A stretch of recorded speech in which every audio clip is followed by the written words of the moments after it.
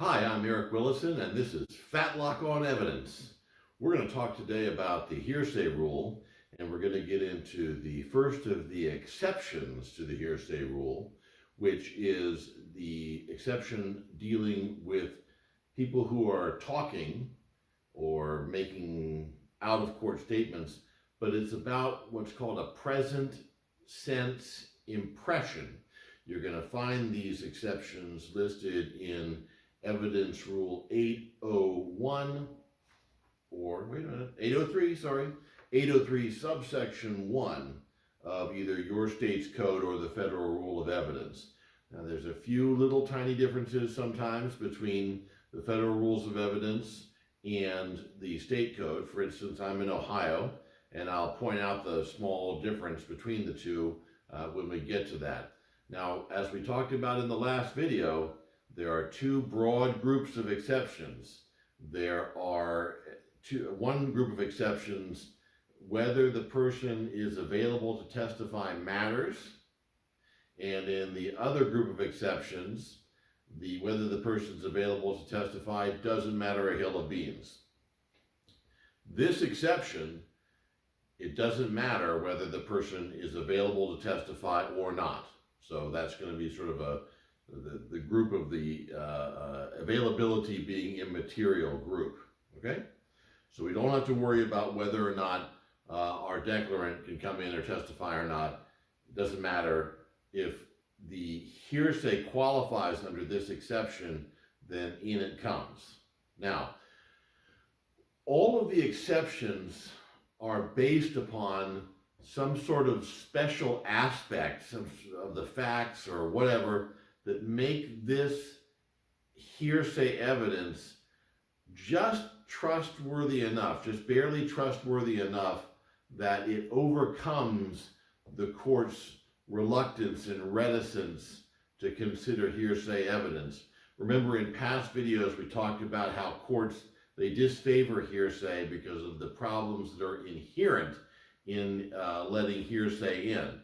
You just don't know whether the person was being serious or not. You don't know whether he or she was being sarcastic. You don't know whether that person had an accurate grasp of the facts or not, and you can't cross-examine them. Okay, those are the inherent dangers of hearsay, but there are certain exceptions where something about the situation makes it trustworthy enough that the court will say, we're going to put aside all of our fears about this other stuff because it occurred under this situation. Now, present sense impression, what is that? When you're just out there doing your thing, talking on the phone to your friends, many people, you're just talking freely. You're not thinking about what you say. You aren't carefully planning each word to achieve a certain effect in the future or to deceive somebody. In these situations, the rules of evidence and the jurists who are charged with enforcing them and the people who wrote in the text of this exception are generally thinking somebody who's just out there talking, they're not trying to think that this will be used in a court of law later on, and this is not some big elaborate hoax to try to get this evidence in. So because the person is just sort of freely relating what he's thinking at the time, it's trustworthy enough to let it in. So a classic example of this would be, let's take a baseball game announcer, a play-by-play person. There's like, okay, Smith steps up to the plate. He brushes off the dust off the plate. He does this, he does that, and there's a curveball in for strike one. There's no way, as the announcer is, so the theory goes, there's no way as the announcer is giving you these facts as he or she sees them that he could be planning to have some sort of elaborate hoax going on. That's the theory, okay? Now, the problem with that, of course, is that these play-by-play people are actually very, very, they're very experienced at play-by-play, And it's actually not all that difficult for them to maybe even stage something. There was Ronald Reagan, a former president of the United States, used to talk about a story when he got his start in radio on a small station in Indiana.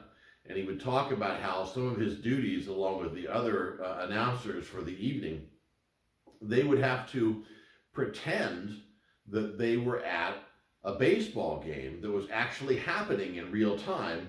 And what they were doing is they were just getting the little ticker tape reading of what was going on.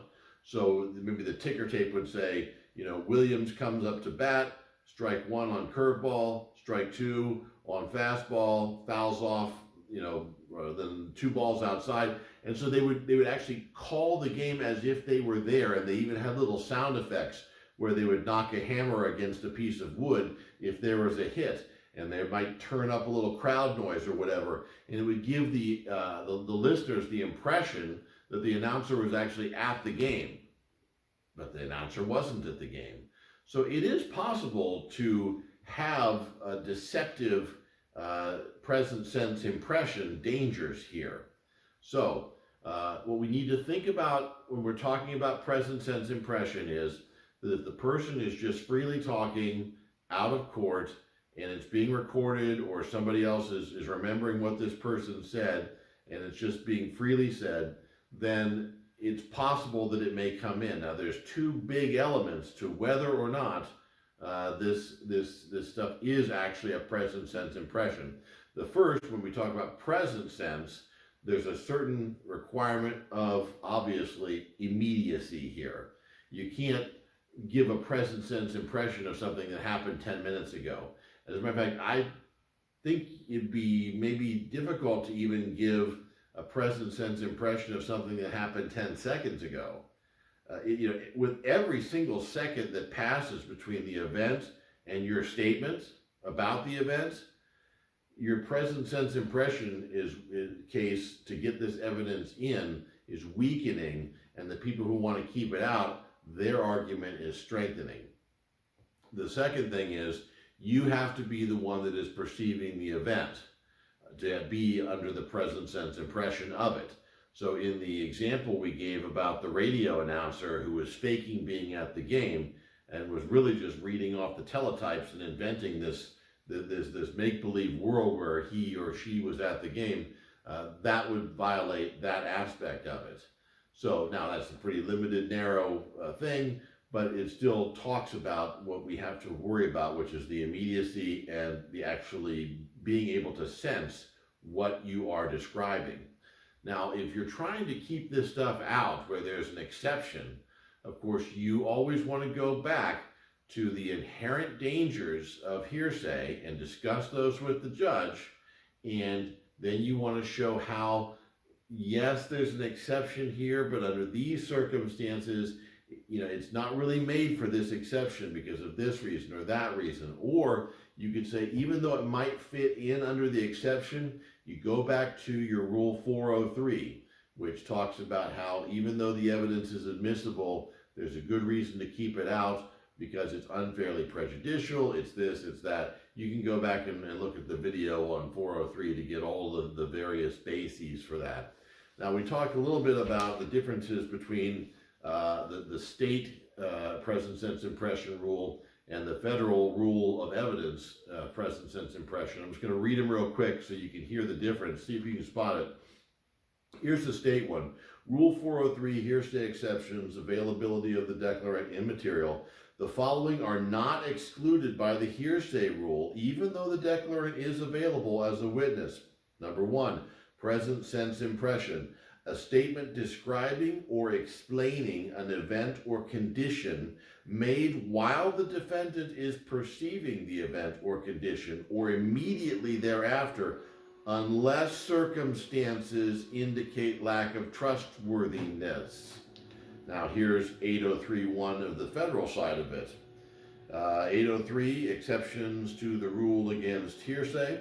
The following are not excluded by the rule against hearsay, regardless of whether the declarant is available as a witness. Now, those are slightly varying, but they are saying the same thing. And then it says, number one, present sense impression. A statement describing or explaining an event or condition made while or immediately after the declarant perceived it, full stop. Now, there's where the difference is. Remember, in the state it said, unless the circumstances indicate a lack of trustworthiness. We don't see that sentence here in the federal rule. So that's something to keep in mind when you're in federal court, that you may not be able to argue that there's a certain lack of trustworthiness here on this, whereas in state courts you can. So that's the first of our exceptions to the hearsay rule. And remember, you get points on a law school exam when you say this is hearsay, but there's an exception. Remember, a lot of people say, oh, well, if it's an exception, it's not hearsay. If there's an exception, it is hearsay. There's a lot of stuff that's not hearsay, and we don't need to find an exception to it. We discussed that in previous videos. But remember, when there's an exception to the hearsay rule, it is still hearsay. It's just there's an exception to it, and it can come in through the exception. But again, you can challenge it under Evidence Rule 403, or you can challenge it if you're in state court and say that, normally this hearsay exception would be coming in because of there's a certain amount of trustworthiness, and here in this particular case, even though it seems like it would come in under this exception, there just isn't enough trustworthiness here. So I'm Eric Willison, this is Fatlock on Evidence, and we've been talking about hearsay rules and the exceptions there too.